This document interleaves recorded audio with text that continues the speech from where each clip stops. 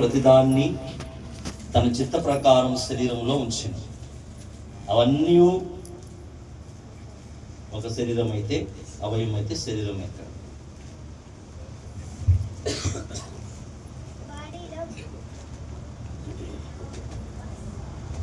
బాడీలో కళ్ళే గొప్ప.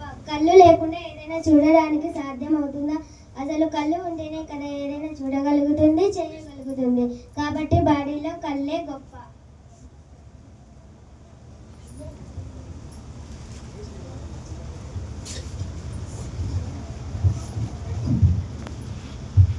అబ్బో ఆగు నేనే ముక్కుని, నేను పీలుస్తేనే బాడీ బ్రతికేది. ఒక్కొక్కసారి కళ్ళు కనిపించకపోతే కళ్ళ జోడు పెడితే ఆ బాధ అంతా నేనే భరించాను. కాబట్టి నేనే గొప్ప.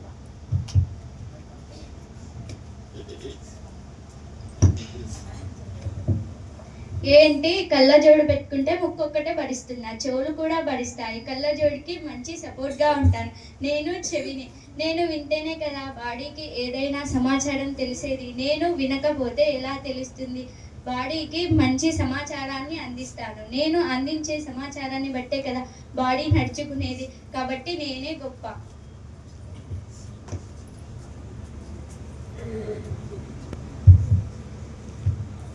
ఆగండి, నేను లేకుండా మీ గొప్పలు మీరే చెప్పుకుంటున్నారా? అబ్బో, అయినా నా గురించి మీకు తెలుసు కదా.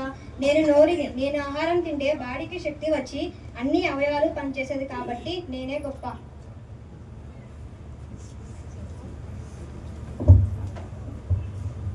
మీరేంటి గొప్ప? ఏంటి ఈ కళ్ళు, ఈ ముక్కు, ఈ నోరు, ఈ చెవులు, మీరు గొప్పనా? సరే, నోటికి ఆహారాన్ని తిస్తే శరీరంలో బాడీకి శక్తి వస్తుంది. కానీ నోరు ఆహారాన్ని తింటే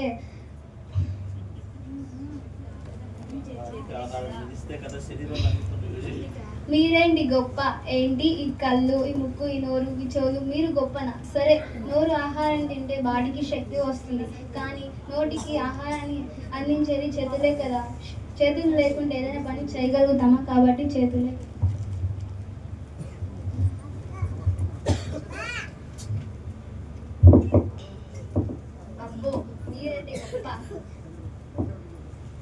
అబ్బో మీరేంటి గొప్ప?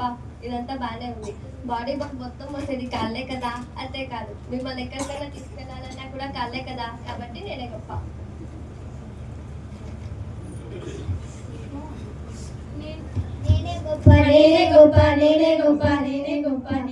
ఆగండి, మీరందరూ ఎందుకు అలా గొడవ పడుతున్నారు? ఒకరి మీద ఒకరు గొడవ పడుతున్నారా? గొప్పలు చెప్పుకుంటున్నారా?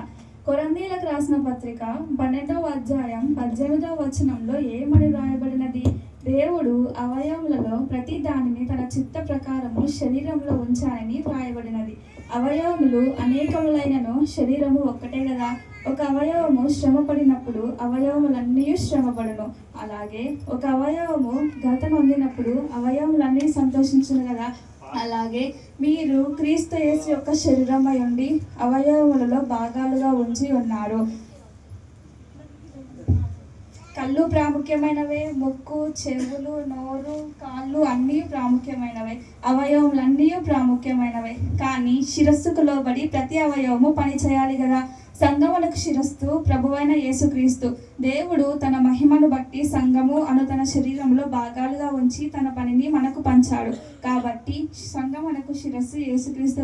దేవుడు తన మహిమను బట్టి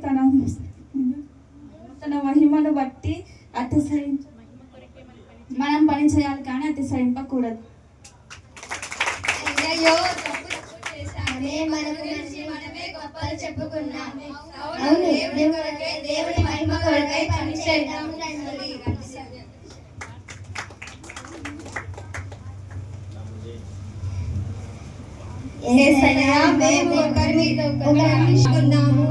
మమ్మల్ని క్షమించండి.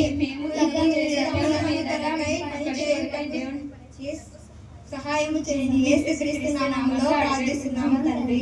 ఆమేన్.